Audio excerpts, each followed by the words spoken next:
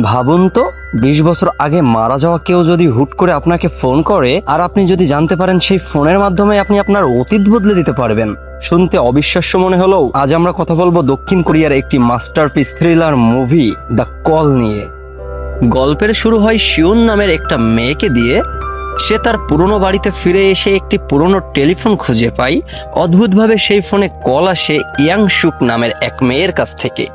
সে ঠিকই ওই বাড়িতে ছিল, তবে 20 বছর আগে। তারা বুঝতে পারে তারা দুজনেই আলাদা সময়ের থেকেও একই বাড়িতে আছে এবং একে অপরের সাথে কথা বলতে পারছে। শিউন সিদ্ধান্ত নেয় যে তার বাবাকে বাঁচাবে, যে অনেক আগেই এক দুর্ঘটনায় মারা গিয়েছিল। ইয়াংসুক অতীতের সেই দুর্ঘটনা আটকে দেয় এবং বর্তমানে শিউনের বাবা ফিরে আসে। কিন্তু এখানেই শুরু হয় আসল খেলা। শিউন বুঝতে পারে যে তার সাথে কথা বলছে সে কোনো সাধারণ মেয়ে নয়, সে একজন সাইকোপ্যাথ সিরিয়াল কিলার। অতীত বদলে দেওয়ার এই খেলাটি কি শেষ পর্যন্ত শিউনের জন্য কাল হয়ে দাঁড়াবে?